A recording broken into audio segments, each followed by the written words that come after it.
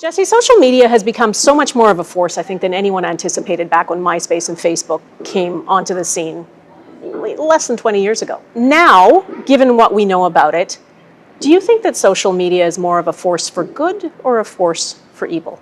I think it's still a force for good if we actively allow it to be. Right now we see a very caustic audience with a certain age demographic that didn't grow up with these tools being in their pocket every day. So they're very comfortable being on a platform like Facebook and just writing garbage in the comment section.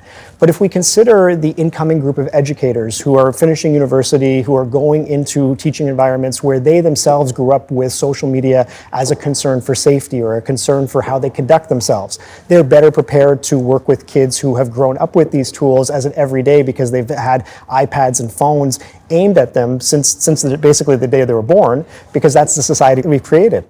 So there's a whole generation growing up, as you said, that have, like my son who is 17, who know nothing but the digital age. This is their era. Social media is almost like a second language. Are you suggesting that they're not vulnerable then because they're growing up in this and they're so much more self-aware? Vulnerability has to run on a spectrum. And so the idea of vulnerability when we talk to kids about internet safety has always been about protect yourself from predation.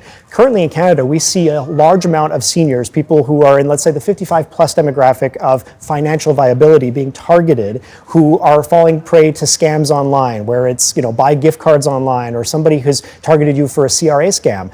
And we have a lot of young people who don't fall for that kind of catfishing mentality because they've understood what it means to fall for something in a gaming environment. So their digital literacies, their media literacies are more adept to kind of sussing out the garbage. And the same applies to their idea of collecting information and kind of going through misinformation. Well, let's talk about big tech companies. I mean, you know that what underpins them is enormous wealth and profit built on a lot of the darkness that has happened online, right? They have used our data to profit hugely.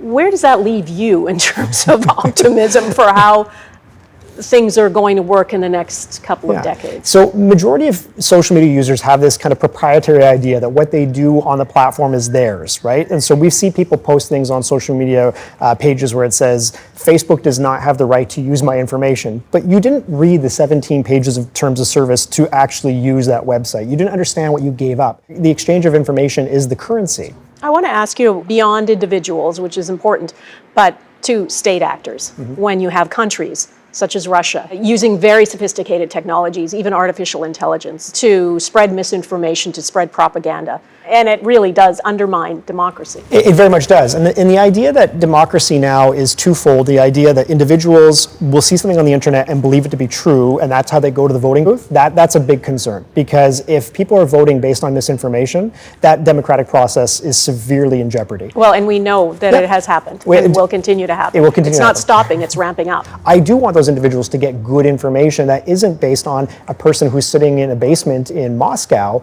trying to get somebody to decide who our elected leaders should be in Canada. So within that space, yes, there is going to be a weaponization for your vote, but it's also weaponization for the way that you see the world. And in that, it's very easy to get individuals to believe propaganda. And we've known that well before the internet existed. I mean, it's just part of media. But the hard part here for the majority of people who are subscribing to misinformation is that it is affirming pieces of the way that they want to see the world. And in that echo chamber then becomes something that social media amplifies. They find like-minded individuals, and then those people come out of the woodwork and kind of clump together in a group. One person's belief of what's valuable news might be entirely different than another's, and now the internet just exacerbates that. Well, the internet exacerbates it, and certain political actors also exacerbate it, right? To their own advantage. And the idea that this is the Russian propaganda model, right? Is that you disrupt and you make people uncertain about what the truth really is. But the idea that you could weaponize that and you can get people to chant it at a crowd, that's propaganda in itself. We're seeing that in Canada with aspects of politicians who are standing in the House and calling the Prime Minister a tyrant, right? There's no evidence to that. So according to the Oxford Dictionary, a dictator is a ruler with total power over a country, typically one who has obtained control by force.